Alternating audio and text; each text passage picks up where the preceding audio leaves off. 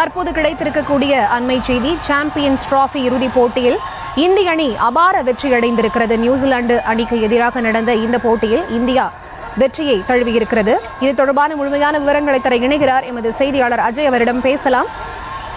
வணக்கம் அஜய், எத்தனை ரன்கள் வித்தியாசத்தில் இந்திய அணி இந்த வெற்றியை கைப்பற்றியிருக்கிறது? முழு விவரங்கள்.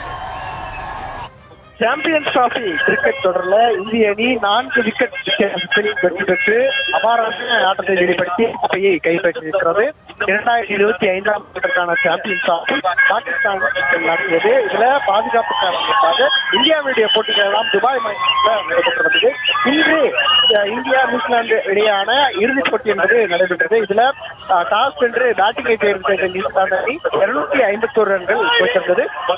252 ரன்கள் குவித்தால் வெற்றி என்ற இலக்குடன் களமிறங்கிய இந்திய அணி அபாரமான தொடக்கத்தை ஏற்படுத்தி கொடுத்த ரோஹித் சர்மா ஆகியோர் அடுத்தடுத்த விக்கெட்டுகளை இழந்தாலும் கூட நிதானமான ஆட்டத்தை வெளிப்படுத்தி ஸ்ரேயஸ் ஐயர் அபாரமான ஆட்டத்தை வெளிப்படுத்தினார்.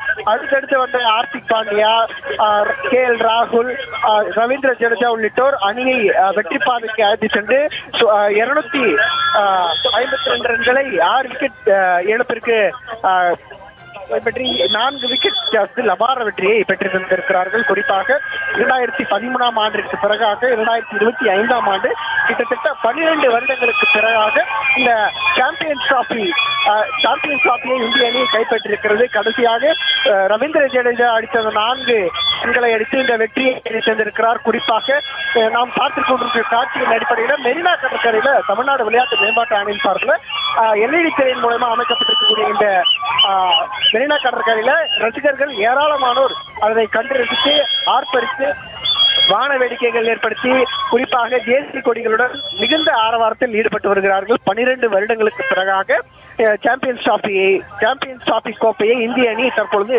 கைப்பற்றியிருக்கிறது.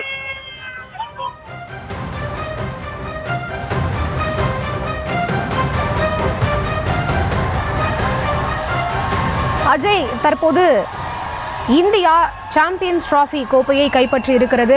சென்னையிலும் கூட மெரினா கடற்கரையில் இதற்காக வசதிகள் செய்யப்பட்டு திரை அமைக்கப்பட்டு ரசிகர்கள் இந்த போட்டியினை பார்த்து வந்தார்கள். ரசிகர்கள் எந்த அளவுக்கு மகிழ்ச்சியை தெரிவித்து வருகிறார்கள்? அது தொடர்பான விவரம். கிட்டத்தட்ட இந்திய அணி 12 வருடங்களுக்கு பிறகாக இந்த சாம்பியன்ஸ் டிராபி கைப்பற்றியிருக்கிறது. தமிழ்நாடு விளையாட்டு மேம்பாட்டு ஆணையம் சார்பில் மெரினா கடற்கரையிலும் தத்நகர் கடையிலும் LED திரை அமைத்து ரசிகர்களுக்கு இந்த இலவசமாக இந்த சாம்பியன்ஸ் டிராபி இறுதிப் போட்டியை கண்டு ரசித்து வந்தனர். இங்கு ரசிகர்கள் மிகுந்த கொண்டாட்டத்தில் ஈடுபட்டிருக்கிறார்கள். நாம் தற்பொழுது பார்க்கக்கூடிய காட்சிகள் எல்லாமே மெரினா கடற்கரையில் இருக்கக்கூடிய அந்த எல்லையில் பார்த்து கொண்டிருந்த ரசிகர்கள் அவர்கள் அந்த கடைசியாக 4 ஜடேஜா 4 ரன்களை அடித்தவுடன் மிகுந்த உற்சாகத்தோடு அந்த வெற்றியை கொண்டாடிய காட்சிகளை நாம் பார்த்தோம். குறிப்பாக 4 அடித்த உடனேயே இந்திய வீரர்கள் முழுவதுமாக அந்த அரங்கிற்குள் ஓடி வந்த போது இங்கு இருக்கக்கூடிய ரசிகர்களும் ஏராளமானோர் மகிழ்ச்சியை வெளிப்படுத்திக் கொண்டு மிகுந்த ஆரவாரத்தில் ஈடுபட்டு வந்த காட்சியும் நம்ம தற்பொழுது பார்க்க முடிந்தது.